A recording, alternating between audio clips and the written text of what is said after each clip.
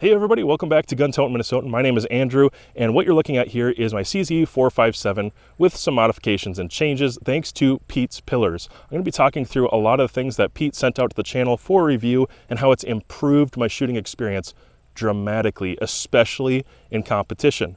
So the barrel itself right now is probably the first thing I should tell you about. It's a .96 22-inch threaded bull barrel. It is stainless steel. It's a 1 in 16. And I have found this to be an excellent balance, especially when placed inside of the MDT Gen 2 chassis here, which he also sent out to the channel. And he's got these weights on the side that are Pete's Pillars weights. He's making these. They're phenomenal. They help this rifle balance out extremely well.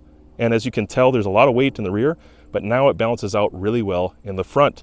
So between the barrel and the weights, I highly recommend these two things already. I'll tell you right off the bat, it's not going to be a review where you wait till the end. I'll tell you now, they're phenomenal. The weights though, I really have to brag them up. Probably the best price in M-LOK weights that I've been able to find, and the fit and finish is not sacrificed at all. Really, really good, very precise. I'm very impressed at both the fit and finish of the barrel as well as the weights. Nothing is done poorly here. It's all very high quality. And I can highly recommend, go pick up these weights, even if you're not going to run an MDT chassis or whatever else. As long as you have M-LOK, those weights are winners. And I actually wish that I would have bought another set of two to level out some other rifles, and maybe even an extra set on this one from time to time. Depends if I run my bipod or not in a stage. They're really high quality, and they just fit with everything that I have that's M-LOK. So I like them. That's my review of the weights. Get them. They're phenomenal. Okay, moving on from there. Like I said, I do have the Gen 2 MDT chassis on here, and it's really good. I have an Armstrong Precision 12-round magazine on here. Thank you to Armstrong for sending that out to the channel. That's been really fun to run 12-rounder mags that are affordable in competitions, and they've held up. They haven't broke, so I'm really, really proud to see that.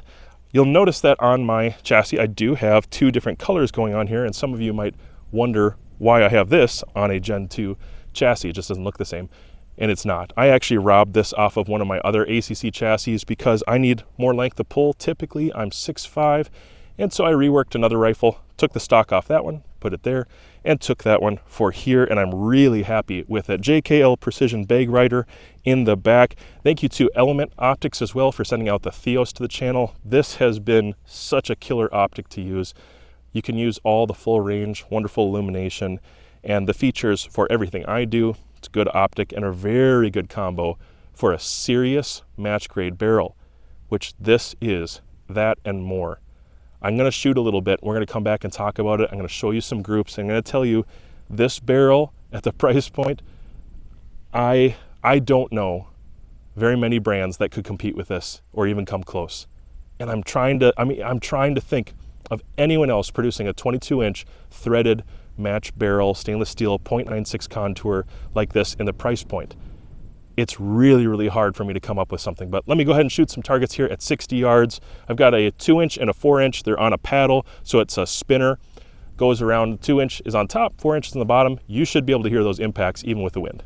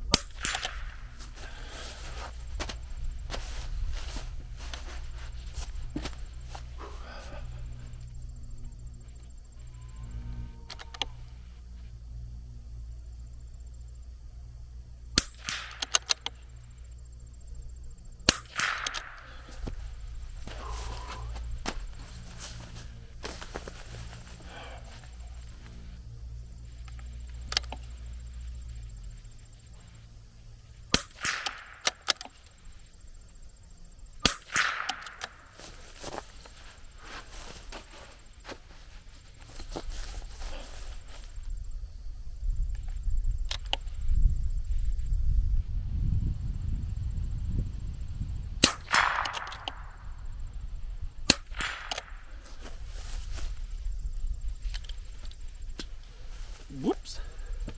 Okay, everybody, really quickly, I'm going to go over some of the results after putting on that Pete's Pillars barrel. And this was just kind of random one day. I was like, yep, I'll grab some targets and I'll shoot a few groups and see what happens. So this is the first day, 5 to 10 mile an hour winds, I didn't write which direction the winds are going, but 5 to 10, 50 yards, 45 degrees. And then I also went through and did some of the math here just so you can see what kind of groups I was getting. With Lapua Biathlon, I knew there was potential here already. 0.434 was my average between the groups here. Obviously, I had a really stringy one. I'm not sure what's going on there. And the point of impact seems fairly different. I don't know what to make of that. It must have been the wind that day. I kind of forgot. So that's a good aggregate, though. That's decent. And you'll see in a little bit that has a huge amount of potential. I did some Wolf Match Extra. That is actually wrong. So I need to correct something here. It wasn't Wolf Match Extra. This was Wolf Match Target. And I didn't realize it until I started looking at the boxes I had with me in that bag. And I remember I was going to correct this. It was not Wolf Match Extra. It was Wolf Match Target, which is a step down. Those lots tend to be more flyers, and that's exactly what I see here. Generally I see more flyers with these groups. So 0.625, which is not acceptable, but normally it shoots really well. This was Wolf Match Target, and I found that actually Wolf Match Extra, which is essentially very similar, same as Wolf Match Target, other than lot quality, I actually found it to perform really well. Excuse me. Found it to perform really well, almost as good as the Lapua. So don't throw this away. Definitely keep it, even though this is the truth of what I got here. Then SK Rifle Match 0.45. It's right in there with those groups. It did have a nice 1/4 inch group there, a little stringy for windage. Another reasonable group. Norma Match, no. I don't know what to do with Norma Match. It's so hit and miss. With every rifle I've had, Norma Match is just all over the place. But that's a 50-yard comparison there of some ammos that I had, and I did multiple back-to-back groups, so that's useful. And then this day, different day, but I shot all the groups on the same day in the same light, relatively close together within minutes, I'm sure. So 7 to 10 mile an hour, and it was west to east. And the way I was set up, let me think about this. The way I was set up, it would have been this way. The wind would have been going this direction. 58 degrees, 67 yards. So I kind of just walked back from 50 yards, went a little further, and plopped it down. I thought it might be closer to 70, but it was 67 yards, and it's Lapua Biathlon. So I used the rest of what I had to do this test right here. And I stuck in one group of Aguila subs. I was curious what they would do. And I'm fairly impressed that those Aguila subs did this well. Not really too bad. In the wind, the deflection, I don't think I held for wind, if I remember right. I probably didn't. I think I just held on my target the whole time, or maybe I did dial. I kind of forget. Either way, that's not a terrible group for those Aguila subs. They're pretty cheap, so it might be a worthwhile hunting ammo. Anyways, moving on from there, some nice size groups at 67 yards, a 1/4 inch 5-shot group. They're all 5-shot except for the subs. This is a 7-shot group. 1/4 inch group definitely got me going the right way. 1/2 inch group, still sub MOA, so I'll take it. Obviously, I have 2 groups here, which makes me feel like there was a wind condition thing. It's a little left and right. Another 1/4 inch group. So consistency is definitely viable.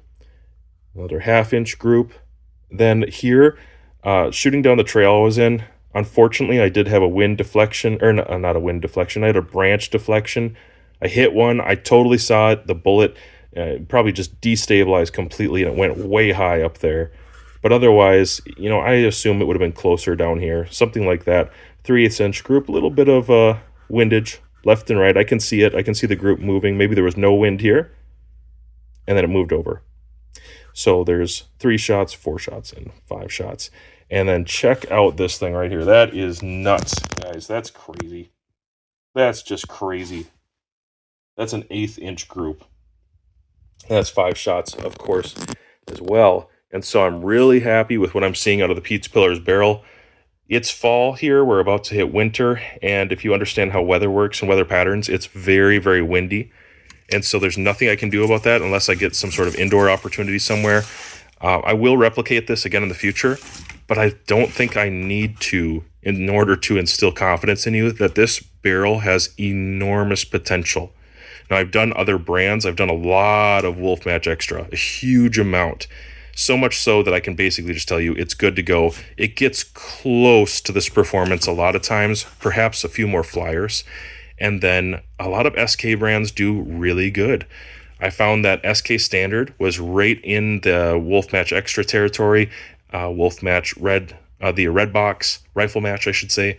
That was closer to this, and I'm really happy with it. I'm also out of Wolf Match, or SK Rifle Match. I'm out of that right now. I'm going to order up some more.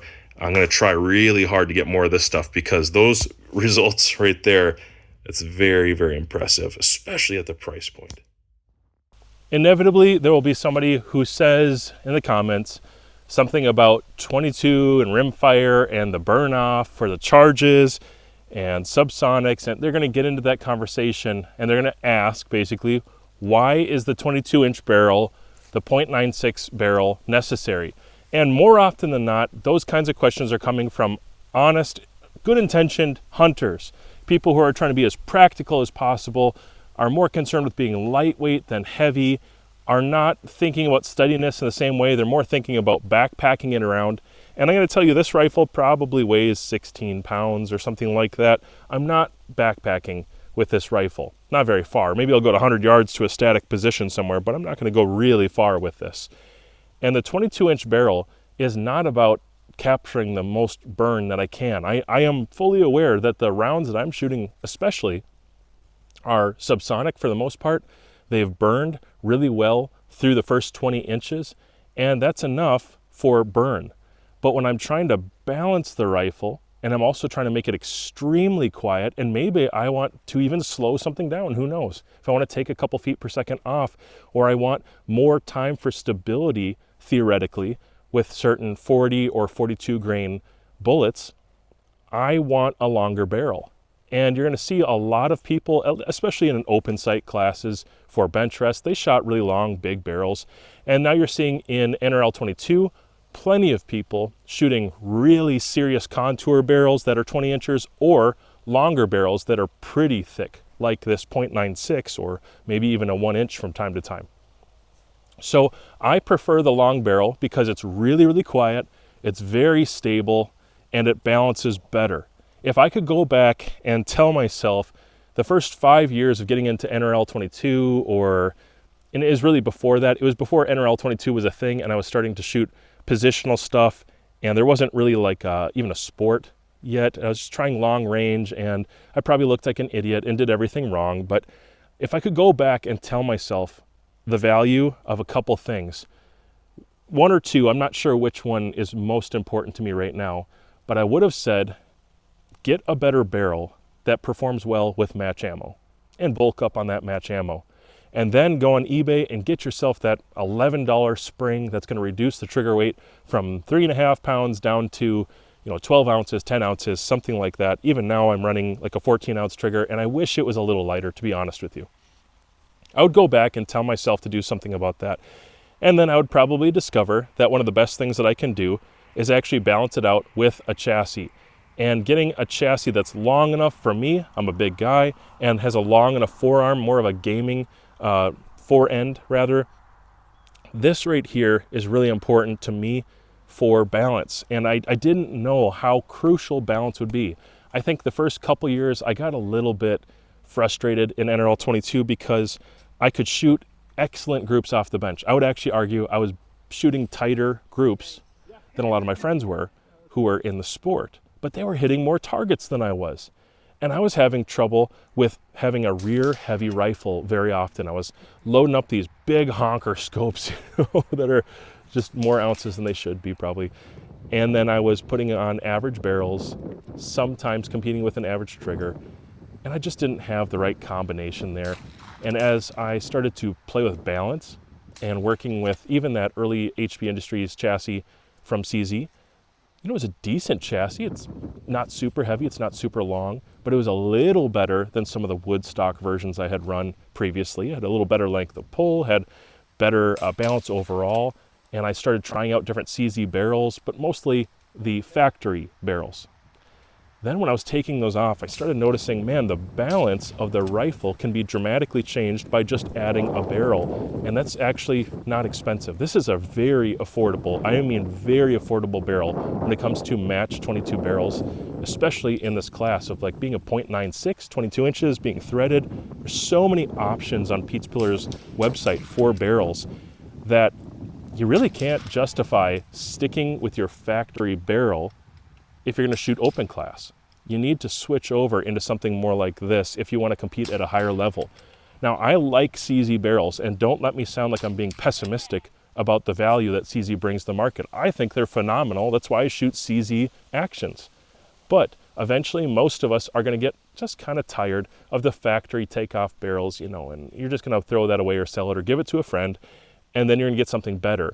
And the question is, am I going to spend the $600, $700, $800, $900 on some of the barrels that I've seen that are going to balance it a little bit and maybe give me a little more length, or probably not threaded? Most of them have an 11-degree crown. Or can I actually spend less money and get really, really great performance? And most of the time the answer is no. Most of the time you just can't spend less money and get as good of performance. But I'm going to argue that my experience with this barrel, which fit extremely tight, when I was locking this bad boy in there, it was extremely tight. It was like it was being press fit into that action, and I'm happy about that. The lockup is not overly tight, but it's really firm. It's nice. The bolt lift is still smooth and I would say relatively light because I've broken this in. But I was so happy with all the components, the fit and finish and the balance. And then to see that the bullets are actually performing as, I would say, as well as they are. I'm sure there's a little bit of room for improvement in one way or another. A lot of this is probably going to come down to me or shooting better ammo and getting a lot more Lapua Center X in my hands. But with the ammos that I'm seeing and the brands that I've got accessible to me, I just don't know how you can beat this barrel, especially for the money. So I think what I'm going to do is involve a little bit more movement on this one. I'm going to go prone, 2 shots on the 2-inch. And then I'll go up, I'll shoot off the leg here, somewhere lower, 2 shots, then 2 shots on all the tips. And we'll just do the 2-inch on this one, kind of rotate around, and this will give me a chance to do a little more movement with the rifle, but man, does this sucker balance good. I'm just so pleased with that. I can't tell you guys how happy it makes to have a rifle that fits me well as a big guy and just balances so nicely. Okay, let's go ahead and run this one.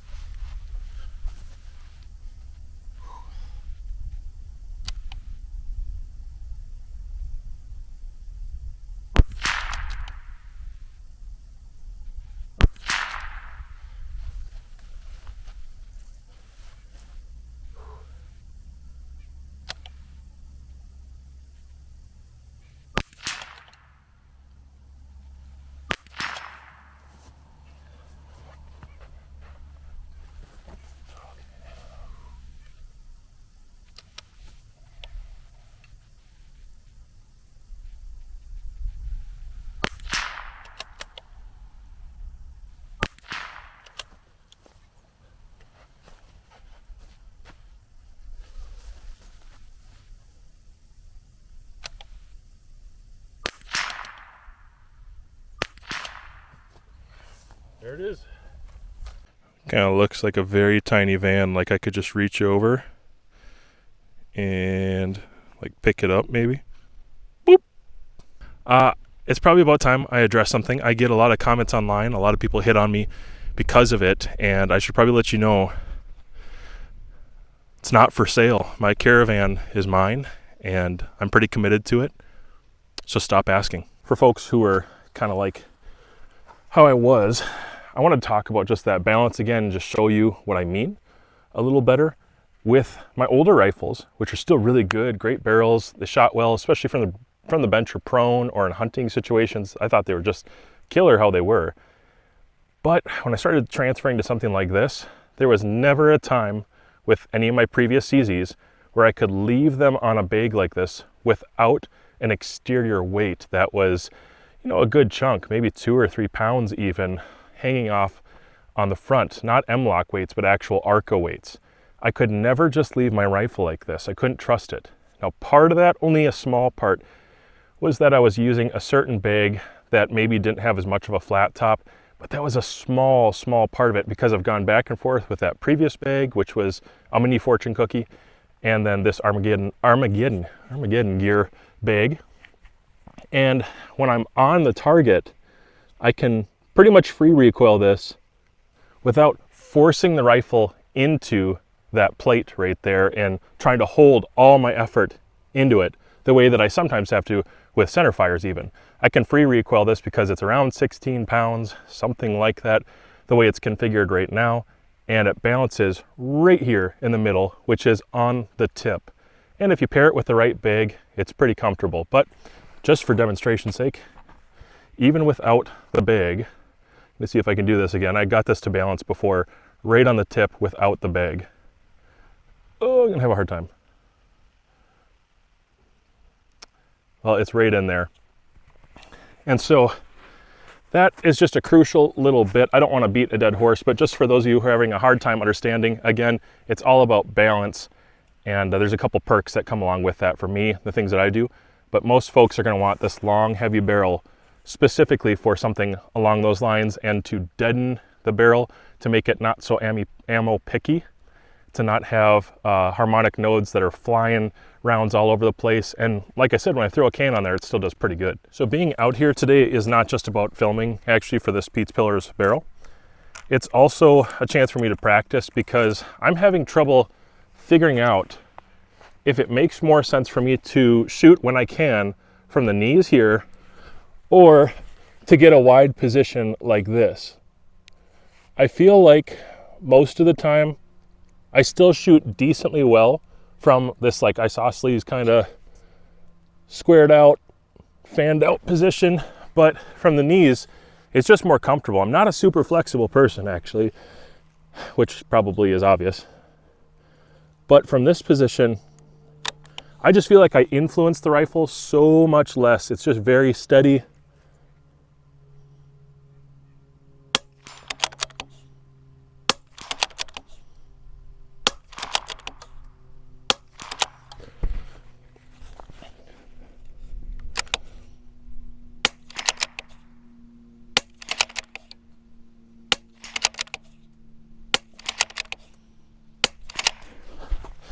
Oh my gosh. Okay, so either way, from both these positions, because the rifle is so well balanced and that barrel is just dead, shoots this ammo well, which I'm going to talk about in a second, and I don't feel like it's super hold sensitive, and I don't feel like I'm fighting to steer the rifle around very much, because it pretty much just holds right where I'm at. And if I really need to, I've got enough room because of the Pete's Pillars weights here. I can go ahead and throw a thumb up there and balance it out.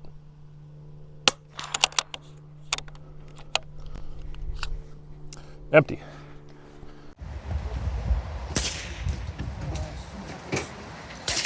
Impact.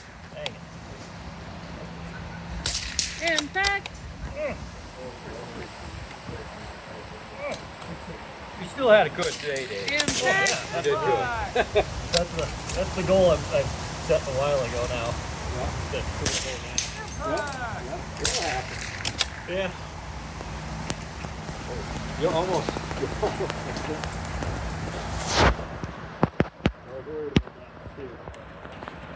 And Jason,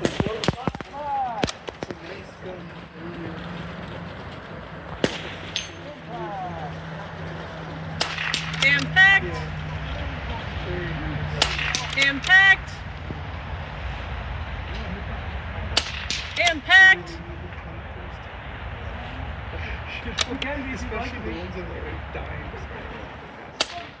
Impact.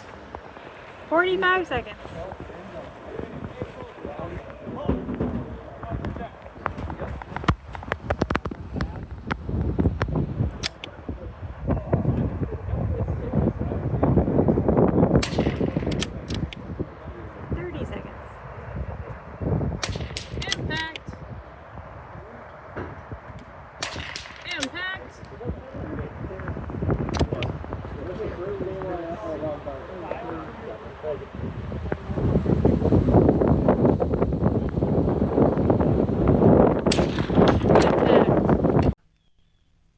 It's a nice looking sky tonight. Super cool, very quiet out here. And I'm going to keep it quiet. That's why I've got that can on the end. Just so you know, this thing makes an insane suppressor host. Let me switch you around a little bit. 5 shots here. And what you'll hear are the impacts downrange. But at the muzzle with this bolty, hardly anything. It's a puff at best.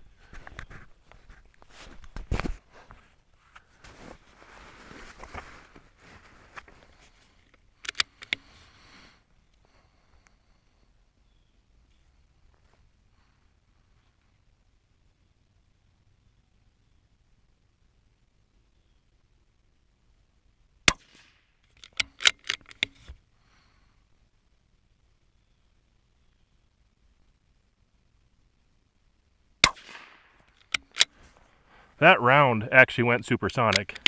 Shooting wolf match, that round went supersonic. I'm shooting wolf match extra. From time to time, one will break over the speed barrier here, and it's always an issue I've had with that bullet. But if I actually shoot some true subsonics here in a second, you'll see what I mean, and I'll try those out too.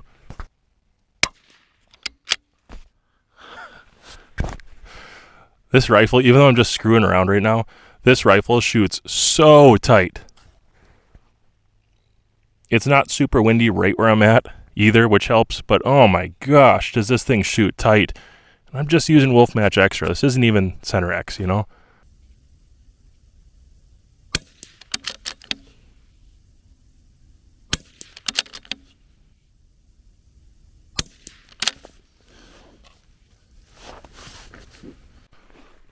Those are definitely Hollywood quiet, and if I wasn't shooting at 50 yards and I was back, another 50 yards, I would hardly hear the impact, really.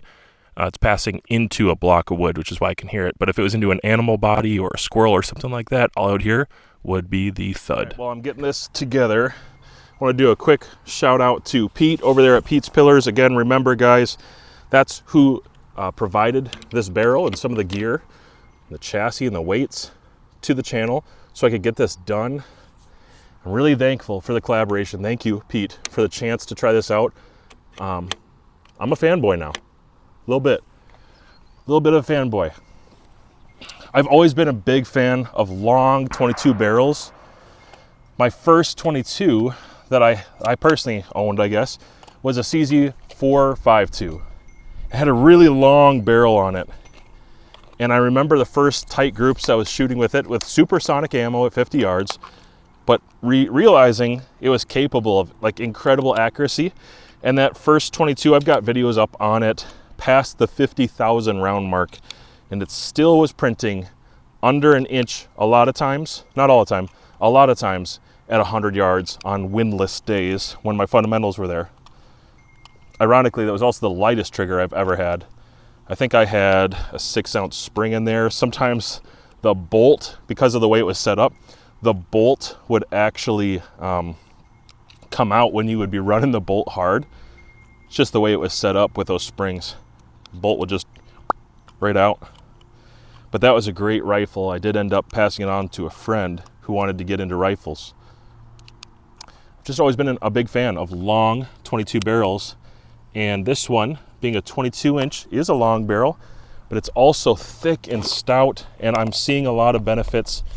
It's not a very picky barrel. I know I've said that more than once today, and probably in other parts of this video, which I filmed over, I don't know, a few weeks now. It's not a very picky barrel, and it still seems to do really well with the higher grade match ammo, which I'm very happy about. I was wondering if, being that it was match and not some of the other options, I wondered if it would just do, pretty good across the board, or there'd be improvements with certain things. It seems like it does pretty good across the board and still keeps up with some other match chamberings or technical chamberings that are good for the higher end match ammo, like Lapua, your Center X stuff. It seems to do even better with that than I expected. Hey, another shout out to Tracked Optics. Thank you for sending these. These are the Tracked Toric UHDs. They're 12.5s. Excellent glass. I'm really happy with these. They're Japanese. made, and I'm so happy with the image that I have. Really useful for recording images today, spotting, and then just messing around. Binoculars are really, really practical. I figured that out over time. It took me a while, actually. They're very, very practical, especially if I just always have them in my car with me. I always have them with. I tend to take these out all the time, and I use them for recording quite a bit nowadays because 12.5 power kind of gets me the close stuff I can focus in. I really can do it with this, and then I can record really far stuff lately. So thanks again. I like these. Reviews should be out pretty soon, by the way. So at 330 with my beloved Element Theos. It's been such a great optic. There's 12, 13, 14. It should be around 15 right now. I'm going to go ahead and take this out because it is a couple minutes to sundown. Sure fades fast nowadays. Man, every year I say that. Okay. I'm going to get that parallax fixed. Somewhere in here. Okay, I'm going to go for, I see a clay pigeon above 12. Looks like it's mostly there. At 300, it's probably 327 from right here. I'll shoot at that clay pigeon. It is very, very windy, and I'm going to use Wolf Match Target, which isn't as good, but I have plenty of it. And it's windy, so I'm just going to fling some out there, try it out a little bit, and see what the consistency is like versus just standard bulk box stuff with other rifles that I've run in the past. Okay, above 12, looks like there's a mostly complete clay sitting on the high part of the berm. I'll go ahead and throw at least 10 down at that, and we'll see what happens.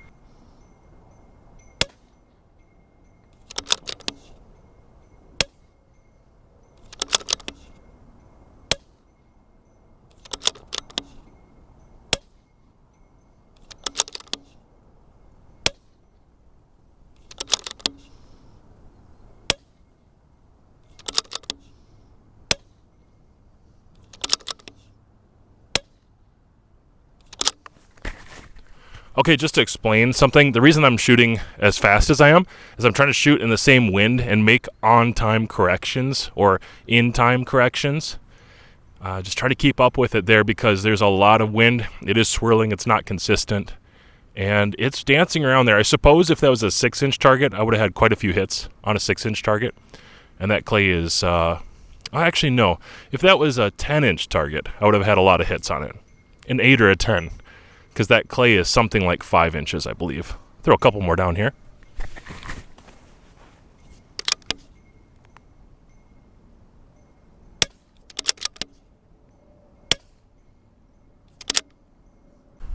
All right, one more time at 327 yards on that clay. Let's see what the Pete's Pillars 22-inch bull barrel can do.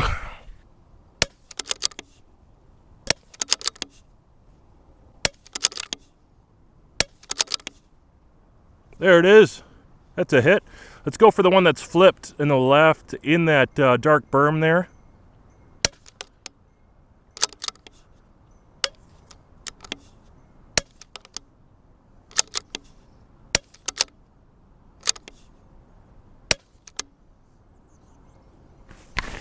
That's another hit. You know, for Wolf Match Target, the stuff isn't too bad. It's fairly consistent. If I could take the wind factor out, it would be probably pretty reliable. All right, this is probably enough content by now. I should wrap up this video. But is this for you? Well, that depends. If you're a hunter and you're hunting from a static position and you don't have far to walk, yeah, this kind of barrel would absolutely be for you. This is a great small game varmint hunting kind of setup because it's basically geared towards competition and being very heavy and, you know, not running through the woods with it very far. If you need a lightweight setup, no. Look at some of his other builds. He's actually got some cool lightweight barrels that are like sleeved or aluminum. I have to figure out exactly what they are. I haven't looked close enough at those. But I kind of want a 457 that is ultra lightweight with a folding stock, something small. And then I also want the chonky boy, the big one like this, for competitions. And so I'm going to be looking more at Pete's Pillars gear. You have to decide for yourself if you can be satisfied with the groups that I've shown. I want to remind you of something. I think if you're a competent shooter using match ammo or even, you know, high match ammo, better match ammo, some of that Lapua stuff or SK brands especially like I've shown, if you're using that stuff, you should expect better groups than what I've shown you if you're not shooting in the wind. I've dealt with some really nasty conditions, really bad bugs, rain, and a whole heck of a lot of wind, and then low light constantly. If you're not dealing with those conditions, I'm telling you, put it in a significant chassis that has some weight and some stability to it and is rigid. Get yourself a nice trigger on top of that, and this thing is going to perform really well for you in competition. Bench rest, absolutely, I could see it. If you need a good suppressor host, this thing is stupid quiet. Absolutely stupid quiet. And it just seems to be very reliable. I think it's machined really well. Pete, you did a great job on this. And most of the time, guys, when people send me barrels, actually every time so far, they are not hand-picked for me. They're grabbed out of a lot by an employee, put in a package. They're not looked over, not any more than any other barrel, and they're sent out to see what they can do. So I know, in my opinion, most people out there that are competent shooters with good ammo should expect even better results than what you've seen here. But this is at least the standard for what I was able to produce with the conditions I have. That's enough for now. Thanks, Pete. This stuff rocks. It's excellent. Absolutely a big fan of Pete's Pillars, and you guys should keep watching the channel because there's a good chance I'm going to have more to come soon on this setup and some other new ones, probably something a little different.